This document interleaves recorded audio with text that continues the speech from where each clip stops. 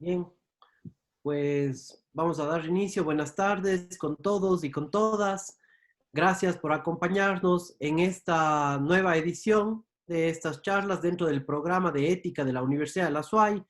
El día de hoy vamos a tratar un tema muy lindo, un tema muy importante y es las consideraciones éticas en torno a las colecciones biológicas. Tendremos a dos expositoras que nos van a hablar de esto. Entonces me voy a permitir introducirles un poco, les explico.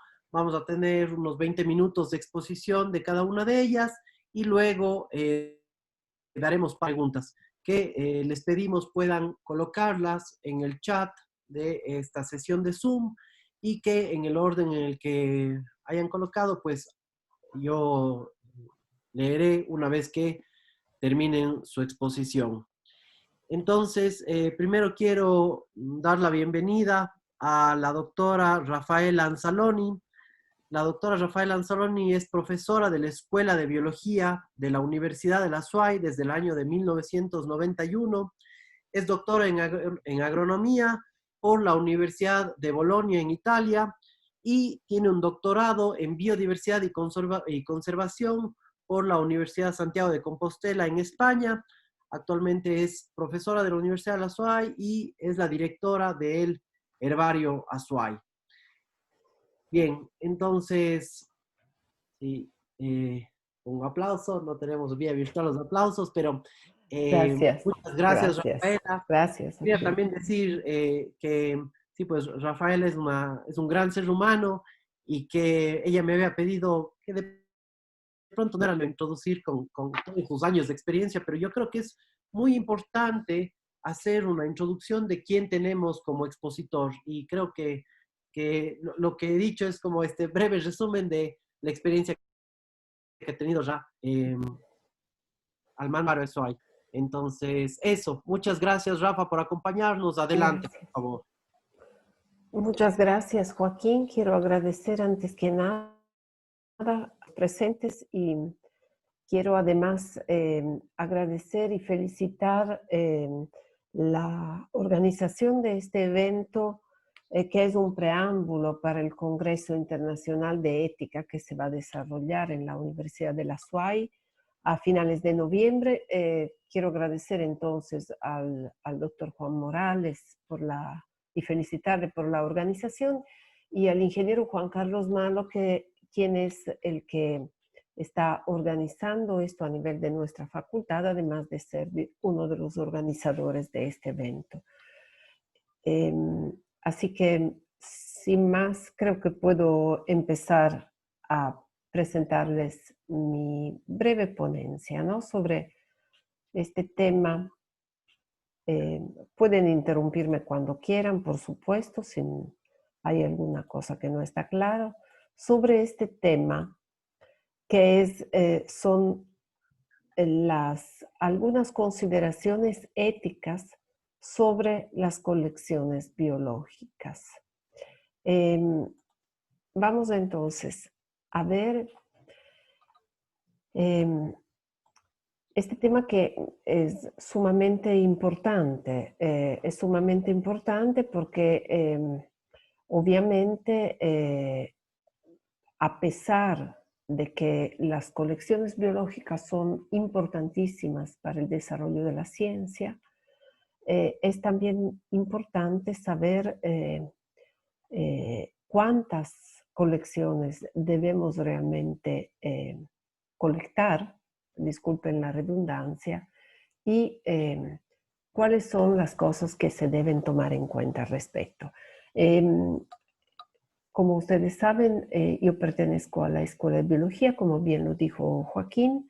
Entonces, lo que presentaré este momento, obviamente, representa también aportes de otros integrantes de la Escuela de Biología, como los biólogos Boris Tinoco, Sebastián Padrón, los doctores Boris Tinoco, Sebastián Padrón y Danilo Minga, quienes me dieron algunas ideas también y algunas informaciones que me faltaban para esta presentación. Es un trabajo conjunto. Bueno, Entonces, vamos a ver qué son las colecciones biológicas, tanto para comenzar.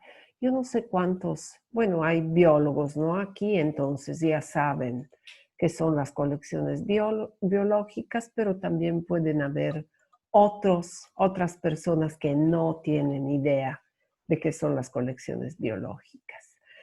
Son repositorios bien identificados, clasificados y ordenados de algún tipo de material biológico. Ya veremos cuáles. Los repositorios generalmente se encuentran depositados en museos, en universidades, en centros de investigaciones, algunas veces también en colecciones privadas. Lo que tenemos aquí en esta foto es una de las tantas y hermosas colecciones de aves que están presentes en el Museo de Historia Natural de Londres. Existen diferentes tipos de colecciones biológicas. Hablamos de colecciones clásicas cuando hablamos de lo que vimos hace un momento, colecciones de aves, colecciones de plantas, colecciones de partes o de individuos eh, que son generalmente representantes de alguna categoría de plantas o animales. Podemos tener entonces colecciones zoológicas, perdón, como lo pueden ver aquí. Estos son las famosas aves que colectó Darwin, ¿no? Están también en el Museo de Historia Natural de Londres. Algunas de las famosas aves de Darwin. Pueden ser estas, en cambio, que tenemos abajo, son parte de la colección del Museo de Entomología, de la colección entomológica que tiene Sebastián Padrón en nuestra universidad. También pueden ser herbarios, o sea, plantas, son también colecciones biológicas, o fungarios, colecciones de hongos. En Ecuador existen algunas, por ejemplo, en la PUCE existe un fungario, una colección de hongos muy extensa.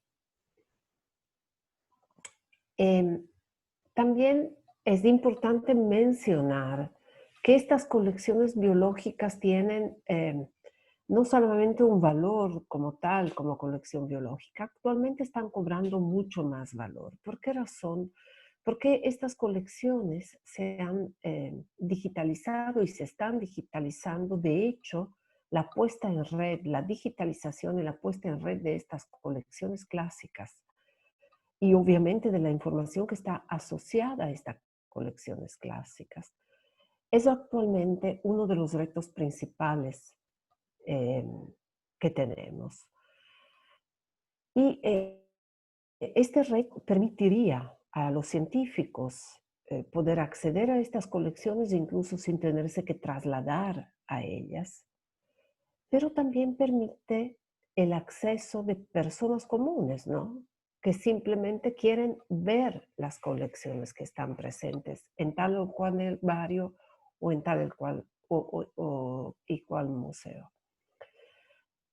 La tercera cosa importantísima con respecto a el acceso que se puede dar, digamos, para estas colecciones también se refiere a lo de la inteligencia artificial.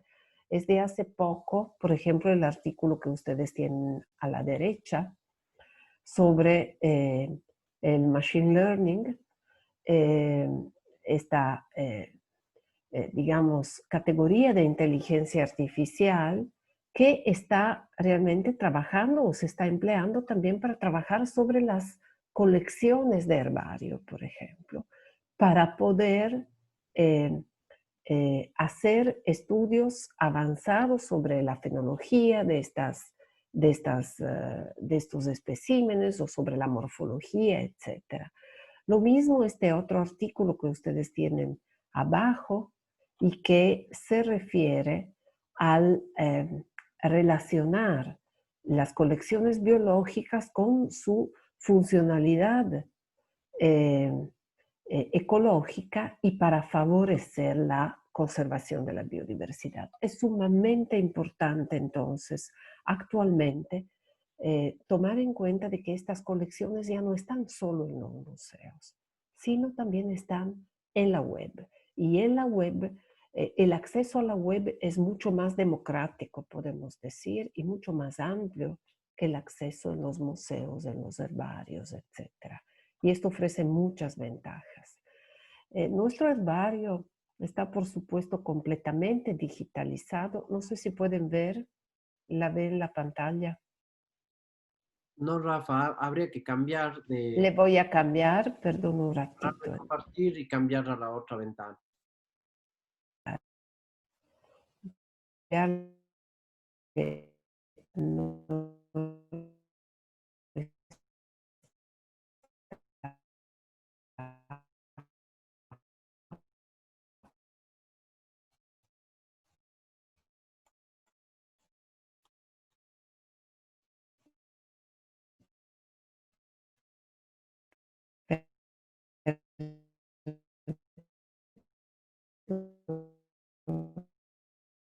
Estamos con un poquito de problema en la conexión.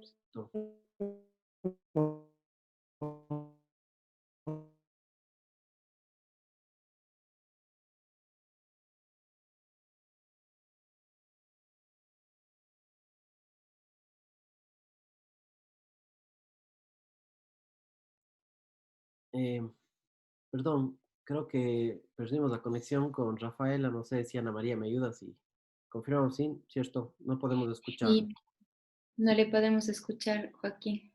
Esperemos, por favor, todos un minutito. Ahí está, ya. Rafaela está con el micrófono. Ahí, por favor. Perdón, Ya. se fue. Discúlpenme mucho, no sé qué pasaría. Les vuelvo a compartir entonces, quedamos aquí viendo la página del herbario, que es una de las cosas más interesantes, ¿no? Por ejemplo, cualquier persona puede buscar género, familia, especie de plantas y puede visualizarles. Yo les puse, perdónenme, aquí también otra dirección, por ejemplo, que nos lleva a una muestra botánica en específico. Y ya la vamos a ver.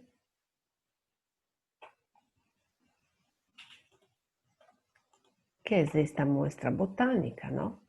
No solamente podemos visualizar la muestra botánica, podemos ver la imagen desde mucho más cerca, por ejemplo, y también podemos ver la ubicación de este espécimen, de dónde se colectó esta muestra. Y esta es la parte interesantísima, ¿no es cierto? Entonces, el hecho de poder acceder a todo esto, no solamente por parte de los científicos, sino también por parte del público en general y también por parte de las máquinas, de las computadoras, que pueden hacer muchísimo más trabajo que nosotros, es sumamente importante. El segundo grupo de colecciones, sí estamos bien, ¿no? Sí se puede ver Sí, todo. estamos Ok. bien. El segundo grupo de colecciones científicas o colecciones biológicas que nosotros tenemos son las colecciones criogénicas, o sea, son materiales, es material vivo, ya no muerto como el de las colecciones clásicas, sino vivo, que se almacena a bajas temperaturas para conservar la viabilidad y la funcionalidad a largo plazo una vez que esté descongelado. Las colecciones criogénicas más famosas son, por supuesto, de células, de tejidos, de semillas. Aquí yo les he puesto el ejemplo de la colección de semillas de todo el planeta que está presente en las islas Svalbard, que son casi en el Polo Norte, ¿no? Pertenecen a Noruega, sin embargo se encuentran mucho más allá del Círculo Polar Ártico y se encuentran en condiciones particularmente favorables para que puedan tener una larga conservación. Finalmente tenemos una tercera categoría de colecciones que es sumamente interesante. Esta tercera categoría de colecciones, aquí lo ven al lado derecho ven el famoso SARS-CoV-2, el responsable del COVID, el virus responsable del COVID. Este es importantísimo. ¿Por qué razón? Porque en estas bases de datos moleculares encontramos todas las secuencias, por ejemplo, de los virus, de las bacterias y de todo lo que nosotros hemos colectado y está disponible y del cual hemos podido sacar el ADN o las proteínas que están presentes en estos tejidos. Entonces, estas colecciones se emplean, por ejemplo, para elaborar árboles filogenéticos y estudiar microorganismos. Un ejemplo de todo, por ejemplo, es el sistema actual de clasificar las plantas a través del árbol filogenético de las angiospermas, que se llama angiospermas, es el sistema de clasificación de las angiospermas. Voy a mostrarles de nuevo, perdónenme un ratito que tengo este problema, pero ya les muestro. Aquí está, esta es la página. Aquí podemos nosotros ver el árbol filogenético, ¿ok? Y por cada uno de los grupos podemos mostrar incluso en qué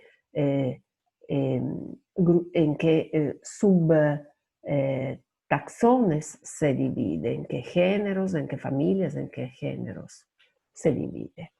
Es sumamente interesante porque esta clasificación nueva de las angiospermas se hizo solamente el momento en que tuvimos acceso a los bancos de datos, ¿ok? Hay otros bancos de datos, por ejemplo, GenBank. Perdónenme que les vuelvo a mostrar, discúlpenme. Aquí tienen. Esta es GenBank, es el banco de datos del ADN. De acuerdo, aquí están todas las secuencias de ADN, incluyendo el de SARS-CoV-2. ¿Ok? Y lo mismo, tenemos también otras bases de datos. Por ejemplo, no les muestro este momento, vamos a perder mucho tiempo en estos cambios, pero esto aquí tenemos GenBank, el que acabamos de ver, Protein Data Bank, que igual tiene las bases de datos de todas las proteínas, y este Vault System, que es sumamente interesante porque aquí está todas las muestras, biológicas que tengan código de barras están almacenadas en esta página web, ¿de acuerdo? En este servidor. Entonces es muy interesante. El momento en que asignamos códigos de barras a nuestras colecciones, podemos mantenerlas con mucha más facilidad en estas bases de datos gigantescas. ¿Por qué entonces son importantes las colecciones biológicas? Porque son fuentes de material genético, porque permiten estudiar la morfología, no solamente externa, cosa que podemos hacer a través de las fotos, sino también interna de los individuos que colectamos, y también porque son los referentes para la descripción de las especies, de las nuevas especies. Son los que llamamos especímenes tipos. Yo les puse aquí un ejemplo, que es la de Fedranasa cuencana, que es una especie descrita por Danilo Minga y otras 2 personas hace pocos años. Y esta es una planta, se llama cuencana, justamente porque ha sido colectada aquí cerca. La cosa interesante es que estas colecciones biológicas no solamente nos muestran cómo es la planta, cómo son sus flores, sino también dónde estaba ubicada la colección tipo, en este caso cerca de la circunvalación, ¿de acuerdo?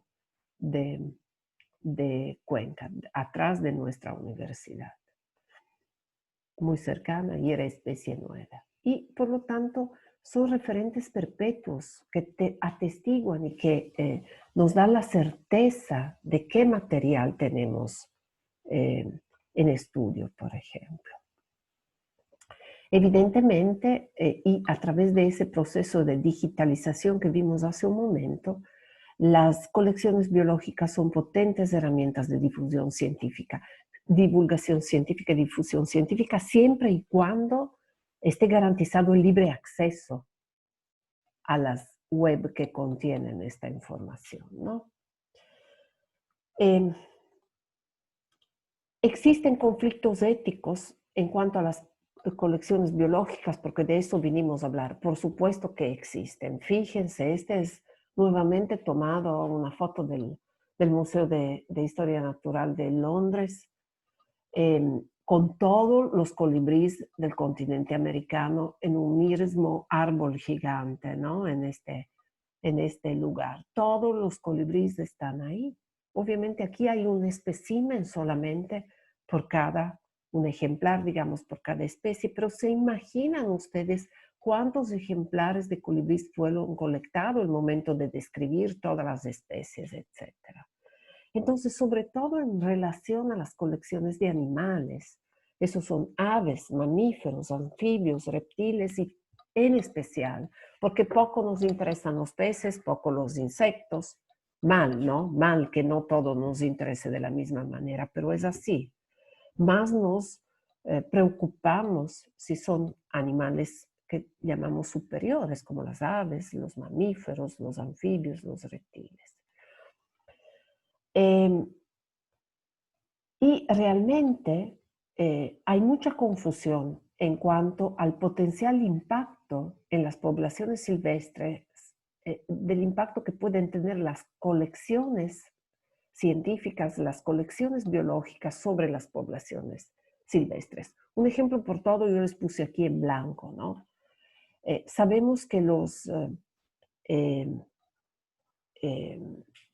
anfibios, las ranas, los sapitos, están diezmados y al borde de la extinción. Se piensa que se han perdido 500 especies de este grupo de animales por un hongo. Este hongo Chytridium ha provocado una pérdida enorme de biodiversidad, ¿de acuerdo? Porque ha provocado la pérdida de 500 especies. Se supone, o algunas personas sugirieron, por ejemplo, que los estudios científicos pueden haber contribuido a la difusión de esta enfermedad. ¿Por qué se supone eso? Porque los herpetólogos, las personas que hacen colecciones de estos anfibios, se van de un lugar a otro, pisan con los mismos botas varios lugares donde hay anfibios y pueden haber transmitido la enfermedad de un grupo de anfibios a otro grupo de anfibios, de una población a otra. Sin embargo, nosotros sabemos por cierto que la globalización, el comercio de especies silvestres, la deforestación, es evidente que han causado muchísimos más daños que el estudio de los anfibios y la colección de los anfibios, ¿de acuerdo? Entonces, son dos pesos, dos medidas. Digamos que sí hay un conflicto ético, pero lo que el ser humano está haciendo a nuestro ambiente de vida, a nuestra naturaleza, es muchísimo más grave de lo que hacen las colecciones botánicas. Aquí tenemos otro ejemplo, ¿no? Por ejemplo, aquí yo les puse una foto que para mí sí es bien feíta. ¿Por qué tantos loritos debemos colectar para tomar las medidas? ¿No eran suficientes 2 y no tantos? Yo creo que la recolección mesurada de los ejemplares para estudios científicos debe existir. Y la recolección mesurada de estos ejemplares evidentemente no provoca ni extinciones ni extirpaciones de estos organismos. Pero debe ser, vuelvo a repetirlo, una colección mesurada. Miren cuántos animalitos. ¿Por qué tantos?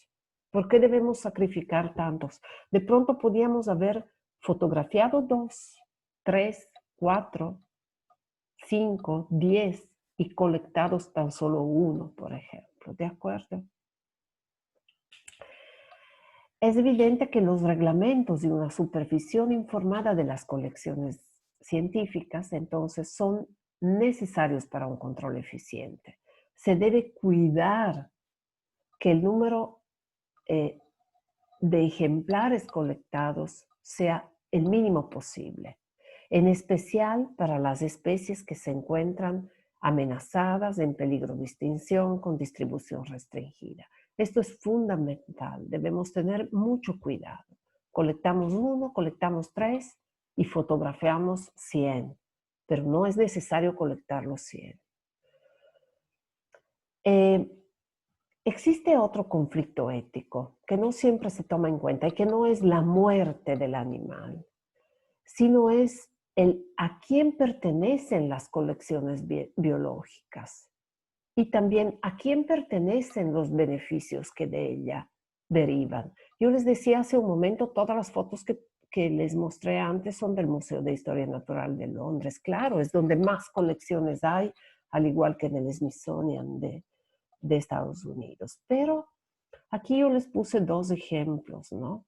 Por ejemplo, tenemos este hermoso dibujo que hizo Charles-Marie de la Condamine sobre la quina, o cinchona, o quinina, o cascarilla, como la llamamos, que era la planta apetecida de América, la fuente de cura de la malaria y que por lo tanto fue arrasada en todo el territorio de Ecuador y de Perú y de Colombia y de otros países, pero sobre todo del sur del Ecuador.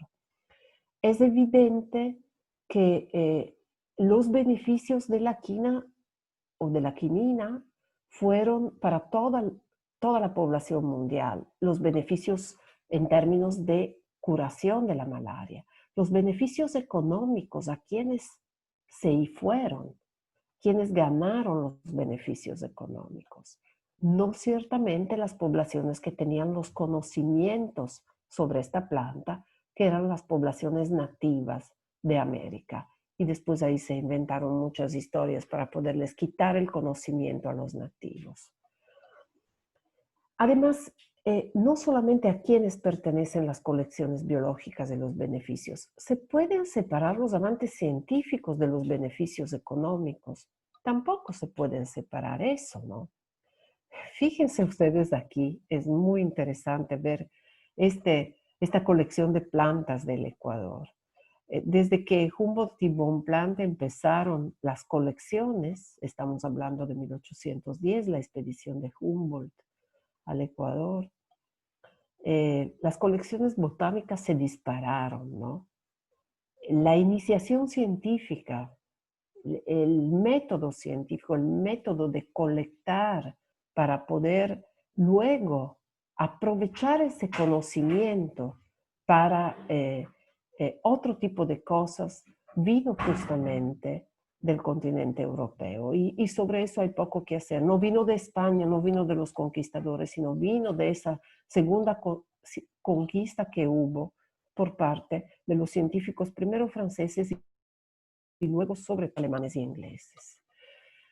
Sobre la quinina me gustaría hablar más porque aquí hay conflictos éticos muy fuertes. Los ingleses se robaron la semilla. Otro gran botánico que fue Richard Spruce, sí, se robó la semilla de cinchona para llevársela a las colonias inglesas de Asia. Entonces, hay muchas historias, con muy poca ética, que tienen que ver con este tipo de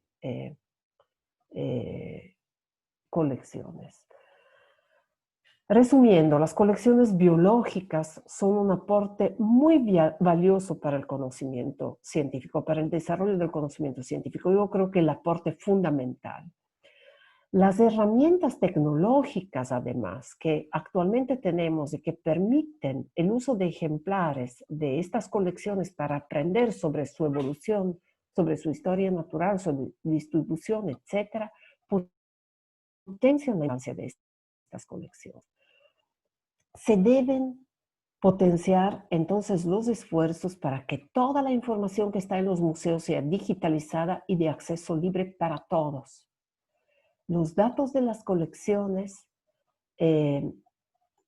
están siendo utilizados además para documentar y entender cómo los cambios actuales del planeta están influyendo en la biodiversidad y por lo tanto son una herramienta fundamental para la conservación. Es importante también, pero cuidar que las colecciones no pongan en riesgo las poblaciones de animales, sobre todo, y de algunas plantas, pero sobre todo de animales.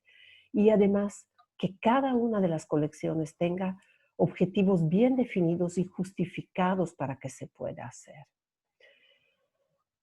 Yo vuelvo a repetirlo, la pérdida de hábitat, el cambio climático, los patógenos, la contaminación ambiental y las cosechas, el tráfico ilegal, por ejemplo, son los principales factores que han provocado impactos realmente graves para la extinción de las especies. Las colecciones biológicas no son la principal causa, existe, lo hemos dicho, un problema ético, pero no es la causa fundamental de las extinciones y de esta extinción en especial. Así que yo les agradezco por su atención y me disculpo por la pérdida de la señal en algún momento. Muchas gracias. Perfecto, muchísimas gracias Rafaela por su exposición. Nos ha dejado muy claro cuáles son los diferentes tipos de colecciones que existen. Creo que está muy buena esa introducción para todos. Cuáles han sido estos esfuerzos por digitalizar y volver o hacer que esta información sea asequible, accesible al público. Nos ha dicho también que el mayor conflicto en cuanto a la ética de las colecciones está sobre el manejo de los animales considerados, digamos, superiores, no tanto en las plantas o quizá en bacterias, hongos, genes, proteínas. Y nos ha dicho también que deberá haber un buen manejo, un manejo mesurado de estas colecciones y que sí, las colecciones per se no ponen en peligro a las diferentes especies sí, pues de vida como la conocemos. Entonces, vamos a dejar algunas preguntas para el final. Creo que hay temas importantes sobre el libre acceso a este conocimiento, quién aprovecha este conocimiento, y creo que podríamos conversar un poquito posteriormente. Bien, entonces vamos a continuar ahora dando la palabra a la doctora Ana María Bustos Cordero. Ella es abogada y especialista en Derecho Constitucional por la Universidad de la SUAY, máster oficial en Medio Ambiente, Dimensiones Humanas y Socioeconómicas y magíster en Derecho Ambiental por la Universidad Complutense de Madrid. Es candidata a doctorado en Medio Ambiente, Dimensiones Humanas y Socioeconómicas por la Universidad Complutense de Madrid. Actualmente trabaja como coordinadora de la Escuela de Derecho de la Universidad de la SUAY, mediadora para el Centro de Mediación Gratuito de la Universidad de la SUAY, secretaria arbitral para el Centro de Arbitraje y Mediación de las Cámaras de la Producción de la SUAY, es consultora independiente en áreas de derecho ambiental, gestión ambiental, proyectos de desarrollo sostenible y métodos alternativos de solución de conflictos. Tiene varias publicaciones realizadas. Un aplauso, Ana María. Muchas gracias por acompañarnos esta tarde. Adelante, por favor. Muy buenas tardes con todos y con todas. Gracias, Joaquín. No creo que era necesaria tampoco la presentación, pero muchas gracias. Solo me voy a robar 2 minutos porque necesito hacer esto. Es una deuda pendiente. Para mí es un motivo de mucho nervio estar hoy día compartiendo con una inspiración para mí, como es la doctora Rafaela. Hace 8 años más o menos, cuando era todavía estudiante en la universidad, un amigo mío muy querido, Oscar Sánchez, me invitó a las jornadas de biología y tuve la oportunidad de conocerla a la doctora, y creo que mi inclinación hacia el derecho ambiental viene de ella. A pesar de que yo no soy bióloga, creo que hubiera sido la segunda carrera, pero viene mucho de ella, y cuando me pidió que si podía compartir con ella, pues imagínense, es como que tu inspiración te diga, venga, hable de mí. Entonces, muchos nervios, doctora, pero muchas gracias por invitarme. Realmente aprecio muchísimo, significa mucho. Y por supuesto, los organizadores, el Congreso de Bioética que se viene en noviembre, organizado por nuestra universidad, será sin duda un evento trascendental a nivel nacional e internacional, no solo local, y creo que compartir en el tema justamente de las colecciones biológicas es muy interesante. Voy a permitirme compartir una presentación porque como yo soy abogada, me toca hablar de la parte legal y normalmente la parte legal puede ser un poco muy abstracta para poder explicar, pero tiene muchísimo del contenido humano y sobre todo hoy en día del enfoque ambiental. La regulación nacional e internacional, bueno, esta conferencia se basa en las consideraciones éticas de las colecciones biológicas y no podemos negar y no podemos dejar de partir que la Constitución ecuatoriana, que es la norma jurídica más importante en un Estado, en nuestro que es un Estado constitucional de derechos y justicia, marca una consideración ética fundamental en el aspecto ambiental. A pesar de que esté solamente escrito, porque lamentablemente no se logra materializar, ya son 12 años de nuestra Constitución y queda un camino enorme todavía por recorrer, pero es algo muy valioso, y es nuestro preámbulo. Nuestro preámbulo postula, promueve y nos propone un modelo de una constitución ambiental, de un contrato social ambiental, es decir, justamente de un pacto ético, de una decisión de no solamente unirnos seres humanos, sino de comprender que la dimensión humana no puede existir si no es dentro de un medio biofísico del cual dependemos 100%, y que solamente somos un elemento más que lamentablemente por nuestra idiosincrasia racionalista ha pensado que puede ser capaz de dominar y destruir todo lo que está a nuestro alcance.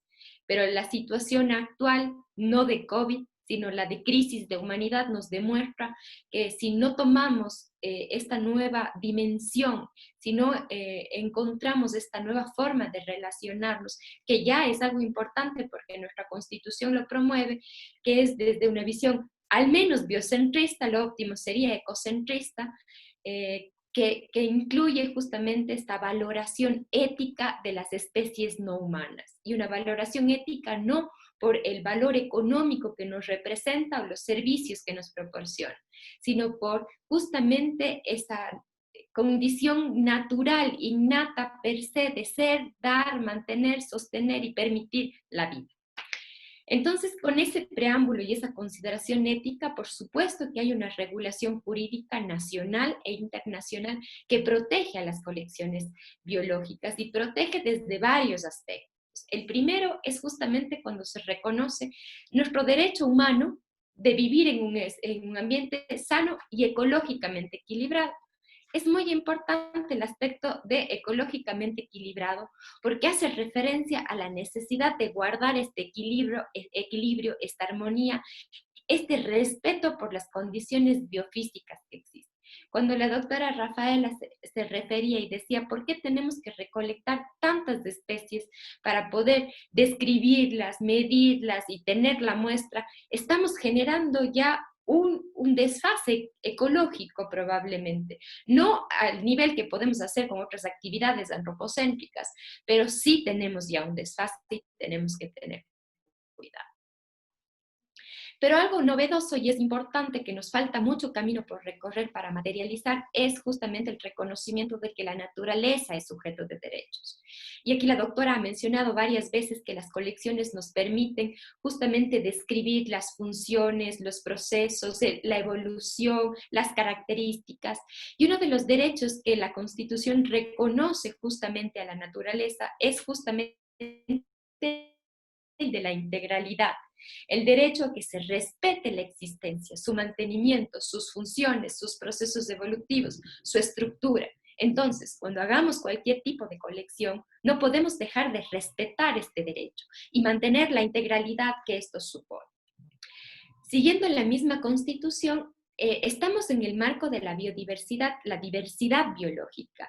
Y el convenio sobre la diversidad biológica, que me voy a referir más adelante, de 1992, ya consagra y establece que cuando hablamos de biodiversidad nos referimos a la diversidad que existe en especies, en ecosistemas e información genética.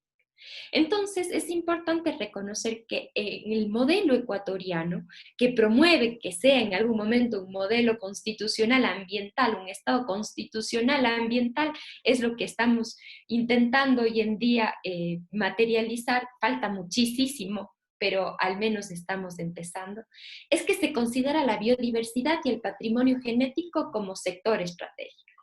Esto es bueno y es malo. Es buenísimo porque se reconoce que estos tienen un valor no solo económico, sino tienen un valor social, ambiental y político. Y por lo tanto es interés público y nacional el cuidarlos y protegerlos. Cuando digo es un poco malo, lamentablemente hay otras actividades de interés del Estado que también son estratégicos, como todo lo que significa hidrocarburos, energía eléctrica, todo lo que significa gestión del agua, pero no necesariamente gestión del agua para consumo humano o protección del recurso agua, sino generación de hidroeléctricas, por ejemplo, que normalmente pueden llegar a ser incompatibles con la protección, garantía y conservación de la biodiversidad y el patrimonio genético. Pero es importante saber que es un sector estratégico porque va a tener una atención, una protección, debería al menos, especial. Es importante reconocer que hay una prohibición expresa en la Constitución de la apropiación de los recursos genéticos que contienen la diversidad biológica. Cuando la doctora Rafaela hacía referencia a quién pertenecen estas colecciones, nuestra Constitución es muy clara y nos dice en el artículo 57, numeral 12, que si es que estas colecciones provienen de conocimientos, de saberes ancestrales que pertenecen a las comunidades, pueblos y nacionalidades indígenas, son ellas las propietarias. Es una propiedad intelectual colectiva que les pertenece y no hay posibilidad de apropiación. Pero al mismo tiempo establece, y vamos a ver en el Código Orgánico del Conocimiento, de la Economía Social del Conocimiento, Creatividad e Innovación, que básicamente lo que era antes el que regulaba el Código Orgánico, el Código de Propiedad Intelectual, regula mucho la participación económica del Estado en en todos los beneficios económicos que puedan derivar de estos conocimientos, porque la biodiversidad es un sector estratégico que le pertenece al Estado. Existe prohibición de otorgar derechos, incluso el de propiedad privada y el de propiedad intelectual, sobre los productos derivados del conocimiento colectivo asociado a la diversidad nacional, a la biodiversidad nacional. Insisto, esto es importante porque nosotros somos un Estado plurinacional y multiétnico, en donde las nacionalidades, comunidades, pueblos indígenas tienen derechos y tienen derechos a sus saberes ancestrales, tienen derechos a sus prácticas colectivas y por lo tanto no puede patentarse su conocimiento ancestral y entre otros, por ejemplo, el que nos decía con la conocida popularmente como la cascarilla, como nos decía la doctora, no se hubiese podido con la regulación jurídica que tenemos actualmente generar lo que se generó. Las colecciones biológicas no solamente están protegidas a nivel nacional, hay fuerte normativa internacional y el Estado ecuatoriano reconoce el valor de estos instrumentos internacionales. Uno de estos, y muy valioso, es el Convenio sobre la Diversidad Biológica y de él deriva el Protocolo de Cartagena. El Convenio sobre la Diversidad Biológica es uno de los instrumentos ambientales a nivel internacional más importantes, primero por el número de estados que lo han ratificado. El Ecuador es parte de este desde 1993. Y la Convención sobre la Diversidad Biológica hace reconocimiento expreso de que los estados tienen derecho a utilizar la biodiversidad que existe en sus territorios. Sin embargo, esta utilización tiene que ser de manera sostenible. Y aquí entra el criterio, probablemente para algunos un poco no adecuado de la sostenibilidad, pero hace referencia a la necesidad de mantener un equilibrio biofísico y no solamente económico cuando utilizamos justamente los recursos naturales. Además, es importante porque reconoce también la necesidad de una participación justa y equitativa de todos los beneficios que se lleguen a obtener de la utilización de estos recursos genéticos. Lamentablemente, la información que se genera, la información científica, hasta hace poco tiempo que no podía democratizarse el acceso a la misma, como hoy sí lo tenemos, como también manifestó la doctora, a través de los distintos bancos digitalizados que tenemos de la información biológica, era conocimiento exclusivo para determinados grupos y por lo tanto los beneficios también se reducían a grupos muy selectos en la comunidad científica y por supuesto los estados que promovían esta información.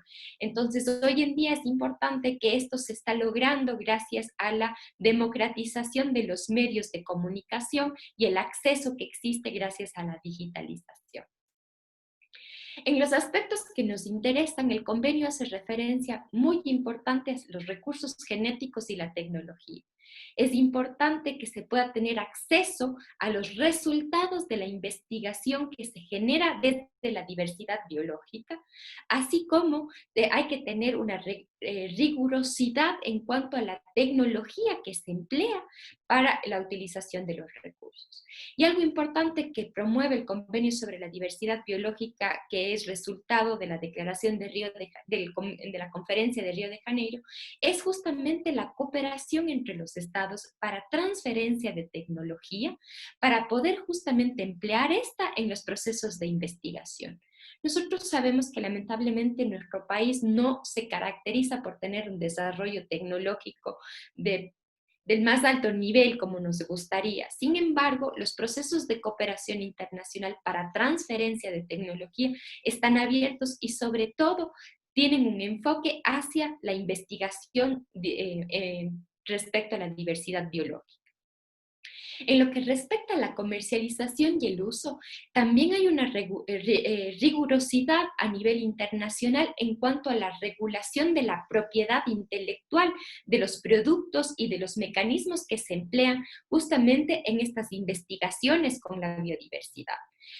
Lo que implica regalías, patentes, comercialización, es muy enfático en que tiene que reconocerse de dónde proviene la información y de dónde provienen los recursos.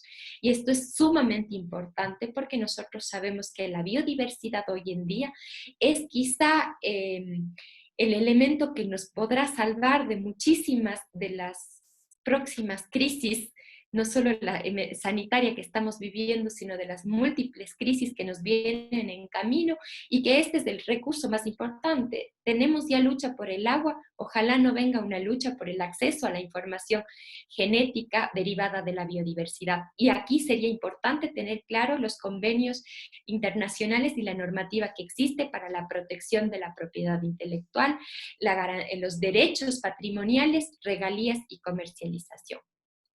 Y justamente en la comercialización se deriva justamente con la finalidad de regular la biotecnología, que es justamente el desarrollo tecnológico aplicado específicamente a la tecnología y a la seguridad en cuanto a la biotecnología. Existe el protocolo de Cartagena sobre la seguridad de la biotecnología que deriva del convenio de la diversidad biológica. Como a los que no son abogados es importante, es como que tenemos la ley y tenemos el reglamento, más o menos esto pasa. Tenemos el convenio de la diversidad biológica y tenemos el protocolo que va a desarrollar una parte del convenio. Este protocolo de Cartagena es fundamental para la biotecnología. Se preocupa de la seguridad en la biotecnología y regula a nivel internacional, y es obligatorio para los estados que lo han ratificado, la aplicación de procedimientos para mejorar la seguridad en la biotecnología y como tal reducir las amenazas de la diversidad biológica. Algo que es muy importante, perdón, yo siempre utilizo esa palabra, esa frase de que algo que es muy importante porque es todo importante, pero es fundamental precisar que del convenio de la diversidad biológica deriva el principio de precaución y restricción. El principio de precaución en la investigación biológica, en la aplicación de la biotecnología, es como que la máxima tenemos que tener presente. A pesar de que no exista evidencia científica de daño, cuando exista un riesgo potencial del mismo, tendrá que tomarse la decisión política. Lamentablemente es política. Aquí es el Estado, la autoridad, quien tenga o no tenga que autorizar el desarrollo de esta investigación o el desarrollo de esta práctica. Vamos a ver que a nivel nacional, creo que ya justo entró, sí, a nivel nacional tenemos una norma que está vigente desde abril del 2018, que es el Código Orgánico del Ambiente, con su reglamento, que es el reglamento al Código Orgánico del Ambiente, que regula todos estos procesos y que regula justamente la protección y conservación de la biodiversidad. En este marco, el convenio del Código Orgánico, perdón, del Medio Ambiente, que es una normativa ya nacional, que obviamente no puede irse en contra ni de la Constitución que está por encima, ni del Convenio de la Diversidad Biológica, ni del Protocolo de Cartagena, lo que busca es ejecutar normas de bioseguridad y desarrollar normas de bioseguridad. Pero quiero ser también muy sincera, que lamentablemente tenemos aquí una falla enorme de nuestra autoridad ambiental, porque lamentablemente no tenemos la normativa técnica suficiente para normativa de bioseguridad. Y esto es algo que tenemos que exigir y participar en. Regular el acceso a los recursos biológicos, al manejo y aprovechamiento. Es importante saber que justamente por el principio de precaución, toda actividad que vaya a realizarse, incluso de investigación, que utilice información genética, que utilice la biodiversidad, tendrá que obtener una autorización previa. Si es que no es para investigación, será la autoridad ambiental competente, que actualmente es el Ministerio de Ambiente y del Agua del Ecuador, o si es que es para investigaciones científicas, será la Secretaría Nacional de Ciencia, Tecnología e Innovación. Tenemos que tener autorizaciones para la utilización de la información genética. En el Código Orgánico se promueve el bioconocimiento. Bioconocimiento y biocomercio son dos aspectos que tienen mucho énfasis en la normativa ambiental ecuatoriana, tanto a nivel de ley como de reglamento. Y justamente lo que se busca es el intercambio de información y fortalecimiento de las capacidades para conocer la biodiversidad. Uno de los aspectos más graves en el Ecuador es que no conocemos lo que tenemos y por lo tanto no podemos cuidar lo que tenemos. No conocemos todo lo que tenemos y no sabemos el estado en el cual se encuentra. Y por lo tanto no lo cuidamos. Entonces, como decía la profesora Rafaela, si es que nosotros logramos democratizar, si nosotros logramos digitalizar y logramos que no solamente los investigadores, no solamente la ciudadanía interesada en biología, sino los hacedores de política pública, nuestros legisladores, nuestras autoridades y nosotros mismos, el momento que logramos conocer lo que existe, las condiciones en las que se encuentra y la importancia que tiene, va a ser mucho más fácil tomar las medidas. La normativa que exista no depende solamente de alguien que se siente en el escritorio a investigar. La normativa depende mucho justamente de lo que la ciudadanía exige también. Necesitamos generar esta conciencia ambiental, esta conciencia socioambiental, esta percepción socioambiental de lo que existe para que podamos empezar a cuidar. Y aquí es importante la consideración ética. Si nosotros como ciudadanos individuales logramos tener una conciencia ética del valor y la importancia de la biodiversidad, del patrimonio genético, de las especies, va a ser mucho más fácil implementar la normativa existente y exigir políticas públicas que respondan justamente al estado en el cual se encuentra. La bioseguridad en el Ecuador está prevista, como digo, en la normativa infraconstitucional, concretamente en el Código Orgánico del Ambiente, que busca regular estos productos derivados de la biotecnología para promover, contribuir y fortalecer la conservación y el uso sostenible de la biodiversidad y garantizar esos dos derechos que estaban reconocidos en la Constitución, el de vivir en un ambiente sano y ecológicamente equilibrado y los derechos de la naturaleza. Para ello se aplican estos dos principios, el de precaución y el principio de restricción. Es fundamental el principio de precaución, como les decía, está incorporado desde 1993 en el Ecuador por el Convenio sobre la Diversidad Biológica y consta en el artículo 396 de la Constitución del Ecuador. Las autorizaciones para la investigación, el manejo, la comercialización siempre derivarán de la Autoridad Ambiental Nacional o de la Secretaría Nacional de Educación Superior, Ciencia, Tecnología e Innovación. Y por eso, a nivel institucional, dos instituciones importantes a conocer a nivel nacional. El Comité Nacional de Bioseguridad, que tiene la obligación de generar justamente todas estas políticas y estrategias para garantizar la bioseguridad. El Instituto Nacional de Biodiversidad, que tiene a su cargo crear el Banco de Información Genética en el Ecuador, y reconocer que dentro de la Estrategia de Biodiversidad 2013-2030, que está vigente en el Ecuador, existe justamente una línea de acción sobre la investigación de las colecciones biológicas y sobre todo la ética en el proceso de investigación y en la utilización, comercialización de los resultados y de los productos que se deriven de la misma.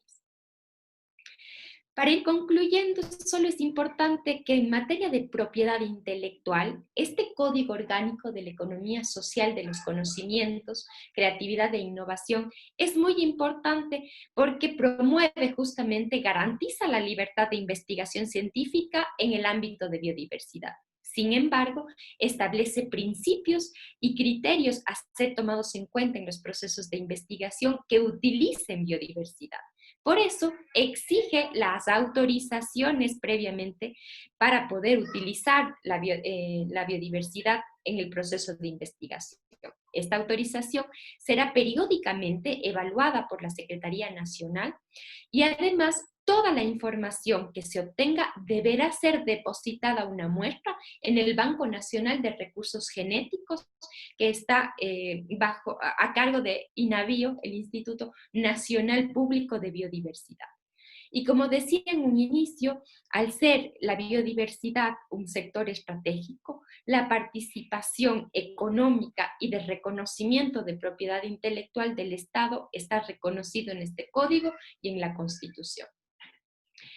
Solo quisiera concluir diciendo que es muy importante el tema que la doctora Rafaela ha mencionado. Las colecciones biológicas tienen una radical importancia hoy en día en lo que significará y lo que significa combatir esta crisis de humanidad, dentro de la cual está la crisis ambiental. Y la información que se pueda generar con consideraciones éticas, con un reconocimiento de los derechos, tanto humanos como de la naturaleza, será un eje transversal, no solo de cómo utilizamos los recursos que investigamos, sino de cómo empleamos la información obtenida y cómo distribuimos los beneficios que de ellos podríamos obtener. Muchísimas gracias. Perfecto, muchísimas gracias, Ana María. Felicitaciones por tu exposición. Me voy a permitir hacer solo un breve resumen de lo que Ana María nos ha comentado y por favor les invito a que coloquemos las preguntas en el chat para las dos expositoras, tanto Rafaela como Ana María. Ana María nos ha hablado de la importancia de la Constitución al reconocer a la biodiversidad como un recurso estratégico del Estado enmarcado dentro de los derechos de la naturaleza. Nos ha dicho también de la importancia de que la Constitución reconoce que los beneficios serán del Estado y también de quienes han generado ese conocimiento colectivo, y aquí particularmente entra todo el tema del conocimiento ancestral asociado a esto.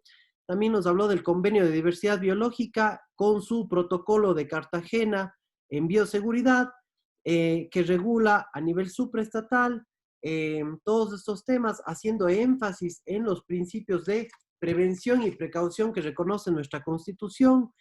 Y bueno, el Código Orgánico del Ambiente también, que asienta varios de estos principios, aterriza, impulsando el biocomercio, el bioconocimiento, que es un tema que necesita un trabajo articulado de la academia con, digamos, todo el trabajo legislativo, y el trabajo institucional.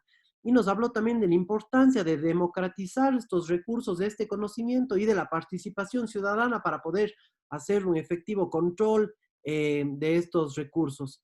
Nos habló también de las instituciones que están trabajando con biodiversidad y con recursos derivados de esta. Entonces, creo que ha sido una exposición en poquito tiempo de un montón de cosas súper importantes. Muchas gracias, Ana María. Bien, entonces damos paso a alguna de las preguntas. Si es que no, podría yo hacer alguna. Tenemos ahí un saludo de parte del doctor Fabián Jaramillo. Unas felicitaciones a las expositoras. Yo quisiera, hasta que alguien se anime, hacer una pregunta. Podría ser a las dos, digamos, tanto a Rafaela como a Ana María. Tenía anotado esta pregunta. Hablamos del libre acceso a la información de biodiversidad, a estos bancos que nos ejemplificaba Rafaela. Y si bien tengo entendido, Rafa, que en el herbario Azuay el libre acceso es libre acceso, ¿no? Entonces, quería que de pronto nos expliquen qué tan libre es a nivel general. O sea, si bien ahora nos mostró unos que estaban libres, pero a nivel mundial, ¿qué tan libre es ese acceso? Y por otro lado, si existe alguna clase de vínculo entre acceder a esta información y, por ejemplo, generar conocimiento, ya sea científico puro o de pronto en aplicaciones biotecnológicas o dentro de la medicina, ¿quiénes se benefician o cómo se regula, digamos, esto del beneficio cuando utilizan estas bases de datos? ¿Hay alguna regulación respecto a eso? Eh, y, y, bueno, de una vez, esta otra pregunta también, quizá para Rafael, una consideración un poco más técnica. Cuando hablamos de colecciones mesuradas, ¿no? Eso me quedó, es bastante subjetivo, me imagino, depende de cuál es el grupo de vida al cual nos estamos estudiando. Quizá como nos mostraba ahí los loros, pues eran muchos loros, pero quizá en insectos tal vez ver un detalle requiere de mucha valoración. Entonces, esas dos cosas, creo que de pronto la primera sería para Ana María y Rafaela, ¿no? Sobre qué tan libre es el acceso y cómo regulamos los beneficios y el tema de las colecciones mesuradas, digamos. Muchas gracias. Rafa. Sí, de pronto comienzo yo entonces. Gracias, Joaquín, por las preguntas. Realmente comienzo desde lo último. Las colecciones mesuradas no tienen una medida estándar, por supuesto. Eso depende justamente de lo que se está estudiando y realmente de las necesidades que tenemos. Hay que tomar en cuenta de que muchísimas colecciones ya existen y por eso digo es importante también el libre acceso para saber lo que ya existe realmente. Y es importante saber entonces que si muchísimas colecciones ya existen, no es necesario volver a colectar en los mismos lugares, o sea, las mismas poblaciones, por ejemplo, porque ya fueron colectadas y si tenemos acceso, podemos comparar las medidas de estas colecciones que están en tal museo con lo que yo tengo. Por eso cada grupo y cada especie, yo creo, tiene su medida exacta. A mí me da mucha pena, por ejemplo, ver que y eso es cierto, algunos herpetólogos, no es el caso de los nuestros, por supuesto, pero sí han realizado colecciones desmedidas de sapitos, ¿no? Con este afán de tener que tener una amplísima representación para poderlos estudiar mejor. En realidad hay que pesar bien eso me parece. Vuelvo a lo del libre acceso. Si yo tengo libre acceso a todo, en caso de plantas, por ejemplo, el hecho de poder ver todas las colecciones que hay en los otros herbarios me favorece. Incluso permite que yo colecte menos, por ejemplo, para poder establecer si un espécimen realmente es una especie nueva o no, porque ese espécimen ya puedo compararlo con un montón de otros. y puedo ya tener clara la película sin necesidad de salir nuevamente a colectar una y otra vez hasta tener exactamente todos los tamaños de hojas de esa especie, etcétera, etcétera. Eso es súper importante. Lo cierto es que para las plantas, yo decía, no se pone el problema de la medida, ¿no? De la desmedida, de la colecta desmedida, porque generalmente para las plantas colectamos una parte y no matamos a la planta, aparte algunas orquídeas, bromelias, que de pronto tenemos que matar todo el espécimen. Pero en la mayor parte de los casos no matamos el individuo. Los animales se vuelve un poquito más complejo. Actualmente tenemos posibilidad de tomar fotos, de registrar sus movimientos, incluso de extraer un poquito de tejido para sacar el ADN. Y por lo tanto, si tenemos el DNA, pues ya no es necesario muchas veces que tengamos las medidas exactas de todas las partes del individuo. Eso es interesante, me parece. ¿Qué más? El libre acceso. No, no es libre acceso. En general, muchos lugares donde se puede recibir información biológica tienen un costo bajo, pero lo tienen. Nosotros tenemos, por ejemplo, la política del libre acceso a los datos del herbario, pero no de toda la base de datos completa, porque por supuesto eso puede tener usos dañinos, podemos decir.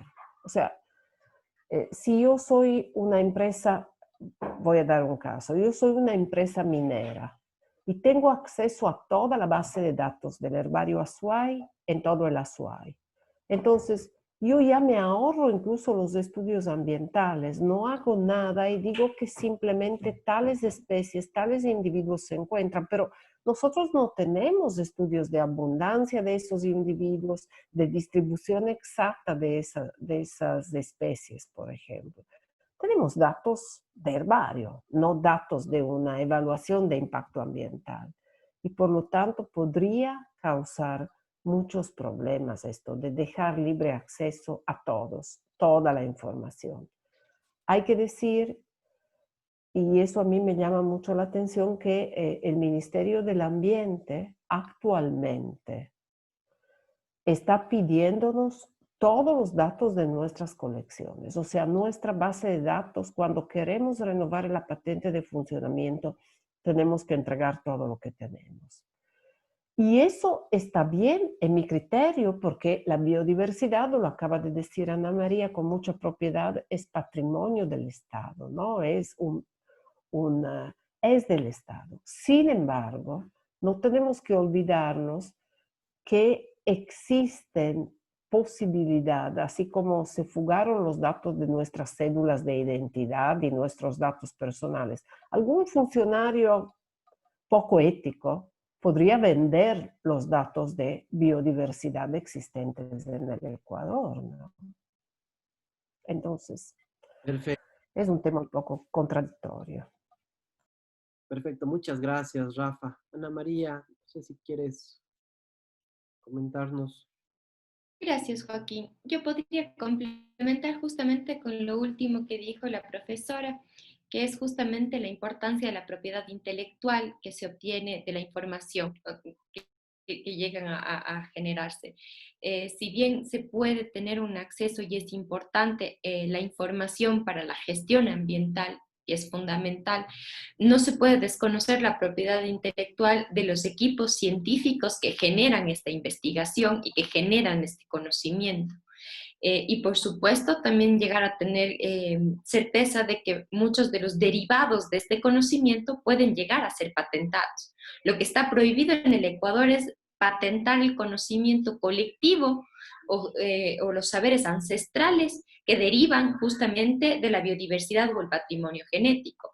Pero tranquilamente pueden haber equipos de investigación que teniendo la autorización para realizar investigaciones científicas con biodiversidad, puedan llegar a tener derivados, invenciones o conocimientos que puedan ser patentados después. Y ahí se genera no solamente el derecho de propiedad intelectual de nosotros generamos o identificamos este conocimiento, sino incluso los réditos económicos que pueden generar de eso. El Estado siempre participará de estos réditos económicos, pero esto no quiere decir que obviamente los equipos investigadores tengan participación de ello. Perfecto, muchas gracias. Vamos a pasar a una pregunta de los asistentes. Antonio Crespo nos pregunta, ¿qué rol o utilidad tendrían las colecciones vivas en este contexto? Por ejemplo, jardines botánicos y otros. Rafaela, por favor. Jardines botánicos, bancos de semillas, bancos de plántulas son fundamentales, ¿no? Complementan seguramente las colecciones muertas que están en los herbarios. En ese sentido, ¿no acaso todos los principales museos o herbarios del mundo, sobre todo del viejo mundo, pero también de Estados Unidos, tienen anexo también un jardín botánico, ¿no? La colección viva que acompaña a la colección de plantas, de plantas secas es sumamente importante para poder garantizar incluso que esas especies puedan perdurar en el tiempo, ¿no?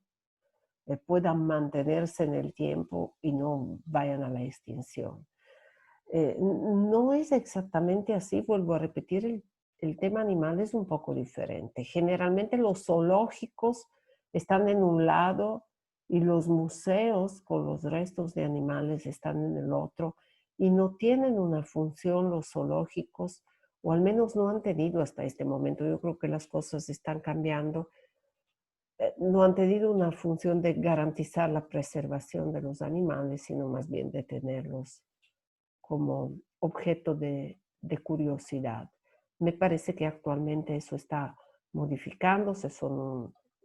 Tenemos el ejemplo de los zoológicos que están en Cuenca, un lugar de educación, ¿no? Fundamentalmente.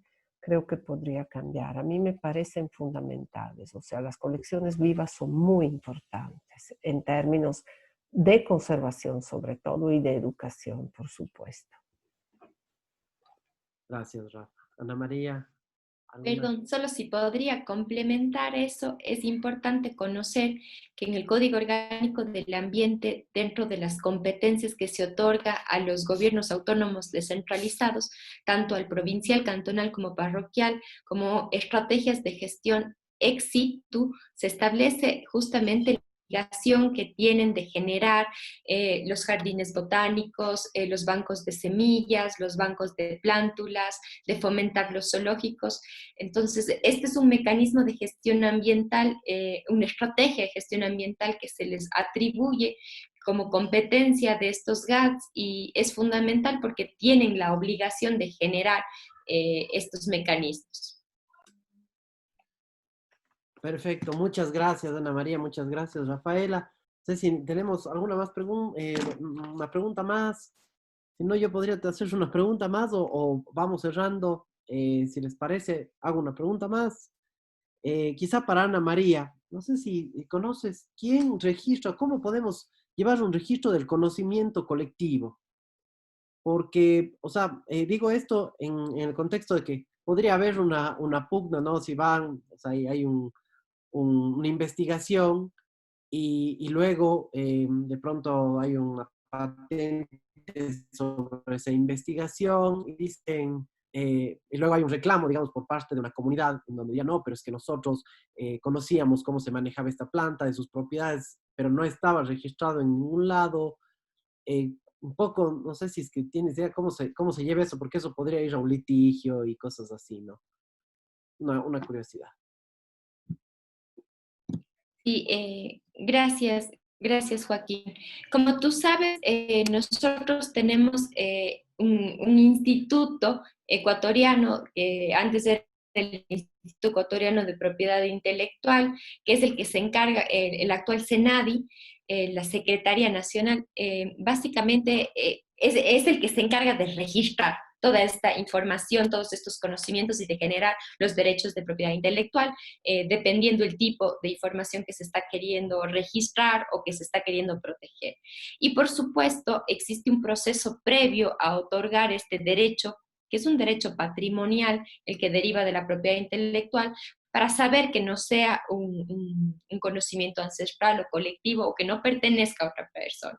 Pero creo que tu pregunta va más allá y es fundamental justamente establecer una política pública y quizá también la normativa clara de generar un banco de conocimientos ancestrales.